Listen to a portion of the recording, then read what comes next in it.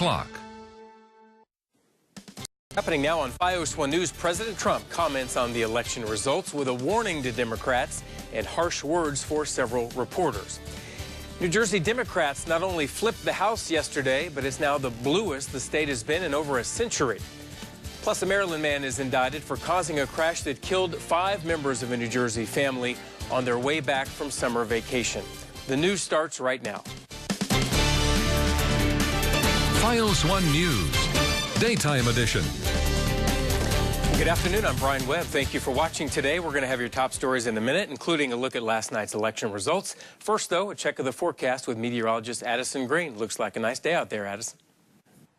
Hey, Brian, we are looking at a very nice day out there today, a very beautiful autumn day with us noticing just some high-level clouds coming on in across the area from a southwesterly direction.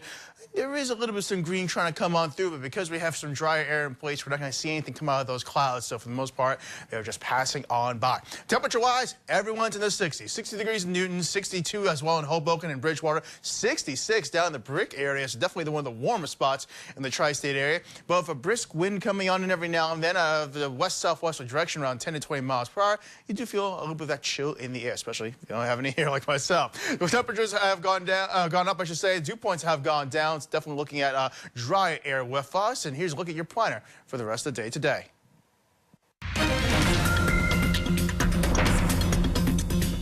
President Trump is responding to the election results. Just moments ago, you saw it live here on FiOS 1 News. He's calling for bipartisanship, but warning that cannot happen if the Democrats decide to go after him with investigations and subpoenas on issues like Russian interference in the elections, tax returns, and impeachment. President Trump says he hopes Nancy Pelosi, the incoming Speaker of the House, will work with Republicans to find common ground. But he warned that if he has to, he could fire back with investigations of his own, and the government would grind to a halt. You know, I keep hearing about investigations, fatigue. Like almost from the time I announced I was going to run, they've been giving us this investigation fatigue. It's been a long time. They got nothing, zero. You know why? Because there is nothing. The president also sparred with several reporters during the news conference, telling some of them to sit down. He also called out some Republicans who lost last night and didn't ask for his support, like Bob Hugin in New Jersey and John Faso in New York.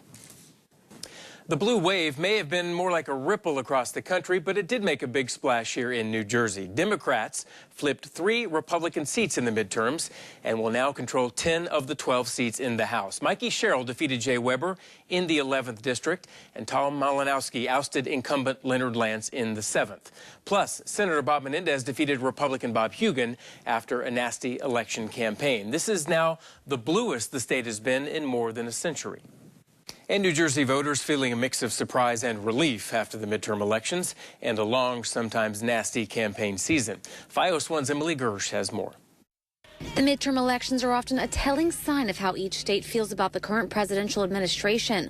And some people we caught up with in Newark think the results made it clear. In general, it's a sign that the American public has had enough of Trump. Others say whether you like Trump or not, having checks and balances like what we saw Tuesday night are vital to our democracy. Nobody's that I know is a Trump hater or anything in that order, or a Republican hater. It's just that we need some type of balance in law and government. Director of the Eagleton Center for Public Interest Polling at Rutgers University, Ashley Koenig, tells me New Jerseyans voted the way she predicted, despite some fears that Menendez would lose his position as senator. All but 1, possibly 2 of the districts, depending on CD3, have turned blue. We had quite a number of turnovers in the state from red to blue, including in the 11th district and the 7th district.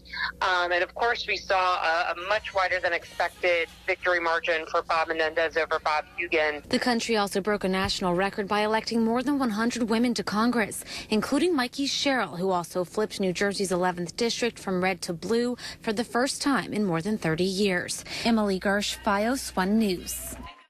Americans make their voices heard in the midterm elections across the country. So what does it mean for everyday Americans now? Reporter Maggie Rulli takes a look. Thank you.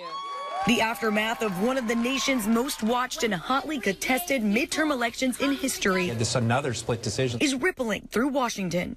It's the tale of two countries, and you see diametrically opposed results in the House and the Senate. Many big-name Democrats may have lost, but the party's claiming victory, winning control of the House. And what Democrats wanted most yesterday was to have a seat at the table so that we can litigate issues like health care, protecting people with pre-existing conditions. But Republicans remain on top in the Senate and in the White House. The things he really cares about are the trade issue and the immigration issue. And I don't know that you'll see a whole lot of change in there. But I do think you'll see him reach out to the Democrats where he can make the argument in 2020, hey, I've been bipartisan, I've passed these things with them. A split Congress fit for a divided nation. ABC exit polls show Americans are straight down the middle on key issues. The focus of the election, Donald Trump. 26% said that supporting the president was a motivating factor. 38% said it was opposing him. And a third, 33%, saying Trump was not a factor at all. More people went to the polls to oppose President Trump than to support him. People feel like the country's on the wrong track, yet he was able to turn out his voters in the key places and able to walk away from a midterm election with at least a mixed bag.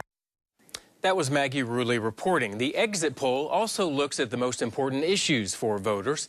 Health care dominated at 41%, followed by immigration, the economy, and gun policy. The mayor of Mahwah is out of a job. He not only lost the race last night, he was recalled. FiOS 1's Arnold Godoy has more. Mayor Bill LaFayette will lose his job as soon as those votes are confirmed. Voters deciding that John Roth will take his place. On yesterday's ballot, voters were not only asked if the mayor should be recalled, they were also asked who should replace him. They were given two options, Roth and LaFayette, meaning on the same ballot, LaFayette could have been recalled and then reelected. But more people voted to recall the mayor as well as to not reelect him. This comes as a result from efforts by many residents who wanted him gone after being at the center of two controversies, one over who should be allowed to use the town's parks, the other over religious markers that are placed on utility poles used by observant Jews during the Sabbath. The town was faced with several lawsuits after the state found two ordinances to be discriminatory against Orthodox Jews. Voters today telling me after last night's decision, they want the community to move past the controversy. I definitely think that there's a time for change, and I think that time is now. So I think that hopefully there could be good things going forward. LaFayette was to be mayor until 2020. The new mayor will be sworn in after the votes are certified by the county clerk. As of right now, the exact date is unknown. Roth served as part of the town council for 12 years. He also served on the school board for 5 and as part of the planning board for 2 years. We're in Mahwah. Arnold Godoy, FiOS 1 News. There's a new top cop coming to Bergen County. Anthony Curtin, president of the Bergen County NAACP, was voted in last night as Bergen County Sheriff. The unofficial results show he beat out 4 other contenders with more than 53% of the vote. His election comes after former Sheriff Michael Saudino resigned back in September after he was recorded making racist remarks. And stay with FiOS 1 News as we bring you continuing coverage of the midterm election results in the days and weeks ahead.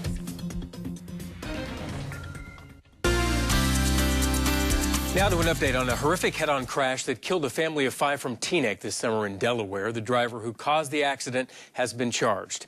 On July 6th, Ari Trinidad and his 4 daughters, Nikki, Dana, Melissa, and Allison, were killed on their way home from a beach vacation in Maryland.